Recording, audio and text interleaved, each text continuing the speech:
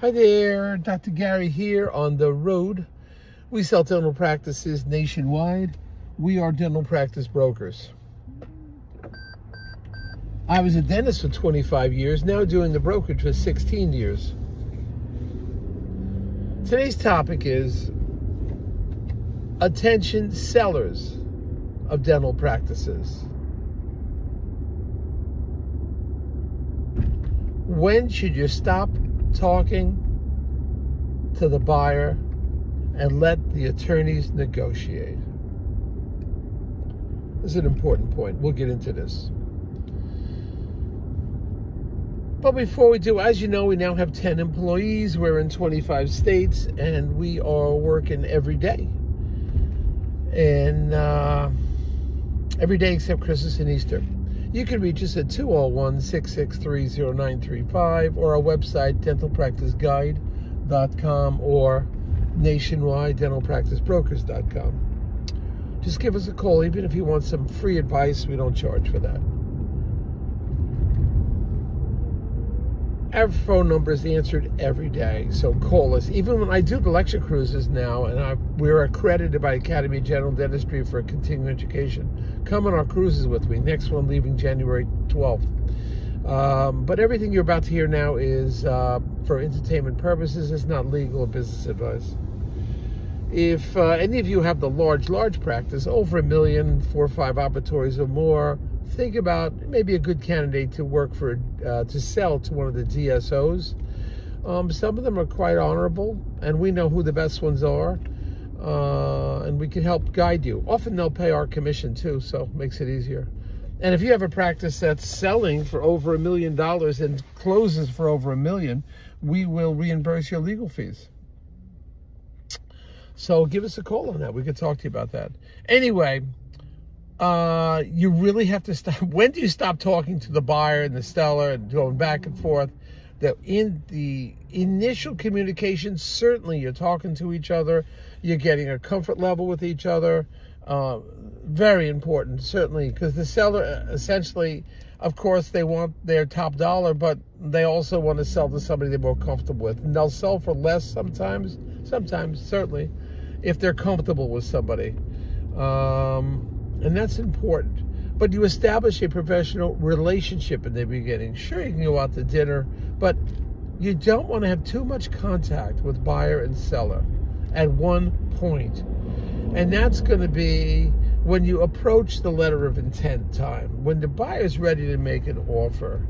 After that, you have to just cut your conversation way down, because you probably have a good relationship with the buyer or the seller right now, and you don't want that to interfere with anything.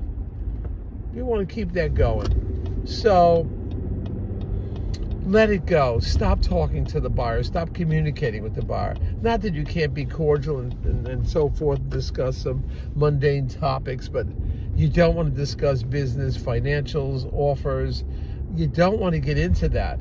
You've got to let go and let the attorneys take over. And I myself, I'm closely engaged in these deals. But there's the time when I stop talking, and you must let the attorneys talk, because they may be saying things to each other that I'm not privy to, or whatever. The worst is when the buyer and the seller think they're going to make a separate agreement, and they don't inform the brokers or the attorneys. That is a nightmare. You can't do that. And it gets too tense. What happens with attorneys, they know how to keep their eye on the target, and there are no emotions with the attorneys. Hopefully you're using the dental attorney, as I've told you hundreds of times. Nightmares when you don't do it. So you have to stop talking. I have 2 cases right now. It is intense, with the buyer and seller going back and forth, starting accusing each other of things. Even we're beyond contract time. You know, we're ready to go to closing, and these buyer and the seller are communicating to each other, and it's leading into problems because of anxiety. It's emotions. It's so much going on. Stop talking. And even though you're a qualified dentist and you're intelligent and you put deals together and you know what you're doing and you're on top of your game and you're successful, doesn't mean that you're going to run this deal, because just don't do it. Don't get involved. in this. This is really important. I can't tell you how important it is. You cannot let the conversation start filtering out. It has to be focused. You've got to have attorney to attorney. If there are issues and they need you to engage the buyer, hey, sometimes that happens. You need to engage the seller. You need to engage the buyer. I mean, that happens sometimes, but it's rare that we need the seller to do direct contact. But you stay out of the conversation. I am in the middle of this right now. It is a headache because the buyer and seller are bickering. This is after letter of intent, as I say. You can't have these things. You cannot have these things. It cannot happen. You got to stay away from that.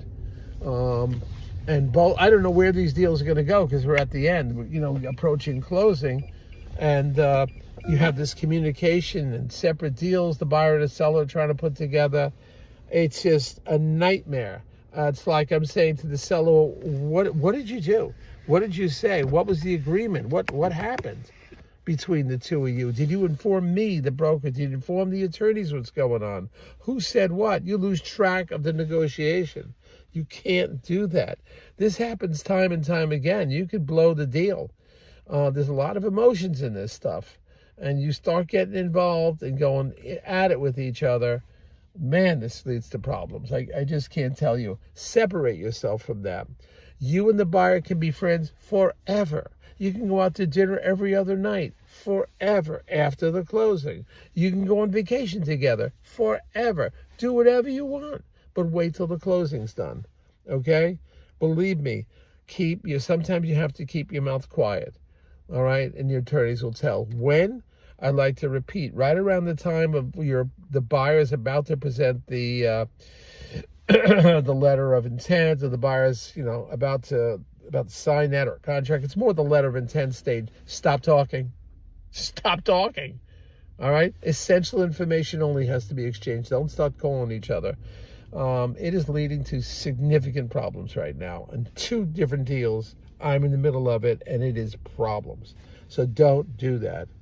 Okay? You have a lifetime to communicate to each other after the closing.